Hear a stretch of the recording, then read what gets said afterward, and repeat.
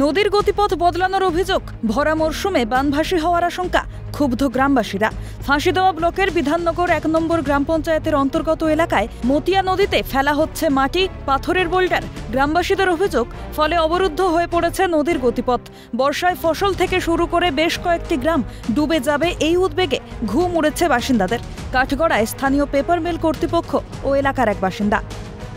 নদীটা যদি মুজাই দেয় তাহলে তো আমাদের জল তো ঢুকে যাবে, এদিকে বাগানে কোনো দিক থেকে বাইরে হবে না, গ্রামেও ঢুকতে পারে, এদিক থেকে আবার ফসল নষ্ট হবে। নদী ছিল এটা, আর দেখতেছেন তো নদীটা মুজাই দিচ্ছে, বন্ধ করে দিচ্ছে।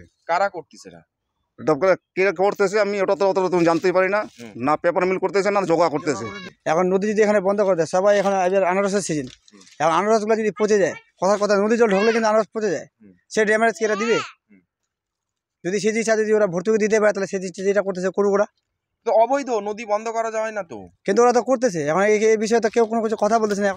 গ্রামবাসীরা জানাচ্ছেন, ওই এলাকার স্থানীয় গ্রাম পঞ্চায়েত সদস্যেরও জমি রয়েছে নদীর পাশে, তিনি দেখার পরেও কোনো পদক্ষেপ নেয়নি বলেই অভিযোগ।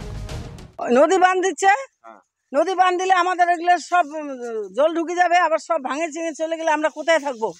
এগুলো সরকার ব্যবস্থা নেই। কোন নদীতে বাঁধ দিচ্ছে? মতিয়া নদী।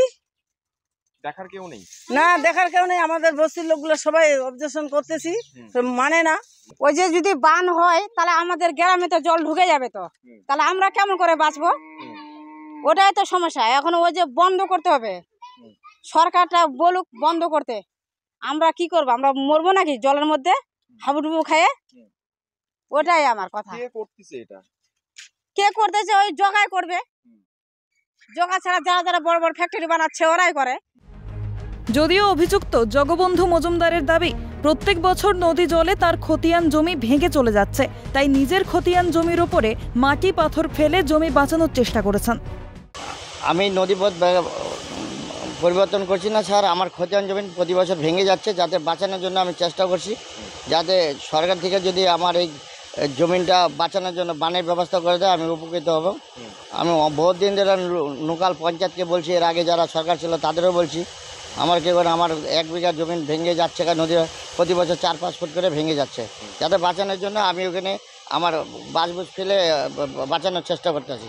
এ বিষয়ে পেপার মিলের ম্যানেজার অজয় সিং জানান, পেপার মিলের নিজস্ব জমিতে ছাই ফেলা হচ্ছে, নদীতে কোনো কিছু ফেলা হয়নি। আমাদের জমি যা আছে আমার নিজের খতিয়ান জমিতে আমরা ছাই ফেলাচ্ছি, জমি ফ্যাক্টরি যা আছে ওর থেকে ছাই বাড়ায় বসে জ্বালানোর পর ওইগুলো ছাই আমরা দিচ্ছি এখানে নিজের জমিতে, আর কোনো নদীতে জমিতে আর কিছু আলাদা আমরা ফেলাচ্ছি না। এই যে এই বোল্ডার ছাই এগুলো কি ফেলছে? এগুলো তো আমরা ফেলে নাই, হোসাতে পাশে যে জমি আছে ও বলছে আমাদের নিজের খতিয়ান জমিন, ওইখানে আমরা বোল্ডার নিয়ে এসে ফেলাইছি। অন্যদিকে অভিযোগ সত্য হলে আইনি ব্যবস্থা নেওয়া হবে বলে জানান ফাঁসি দেওয়ার ভূমি ও ভূমি রাজস্ব দফতরের বিএলআরও। এখানে এর আগেও একটা সমস্যা তৈরি হয়েছিল, তো আমরা সেটার সমাধান করতে পেরেছিলাম বোর্ড ফোর্টে। তো উনি আজকেই ব্যবস্থা নিচ্ছি, লোক পাঠাচ্ছি, নিয়ে দেখে আসছি যে অ্যাকচুয়ালি সেই অভিযোগের সত্যটা কতখানি, আর যদি অভিযোগ সত্য প্রমাণিত হয় তাহলে তো তার এগেইনস্টে যা আইনগত ব্যবস্থা আছে তাই নিতে হবে। কথায় আছে, নদী বাঁচলে দেশ বাঁচবে, মানুষ বাঁচবে। সেখানে যদি এভাবে ব্যক্তি স্বার্থে নদী গতিপথ অবরুদ্ধ করা হয় তবে আগামী দিনে ঘনিয়ে আসবে বিপদ। সামনেই বর্ষা আসন্ন, বন্যায় বিপদ বাড়লে দায় নেবে কে? ফাঁসি দেওয়া থেকে পিকার ঘোষের রিপোর্ট, ক্যালকাটা নিউজ।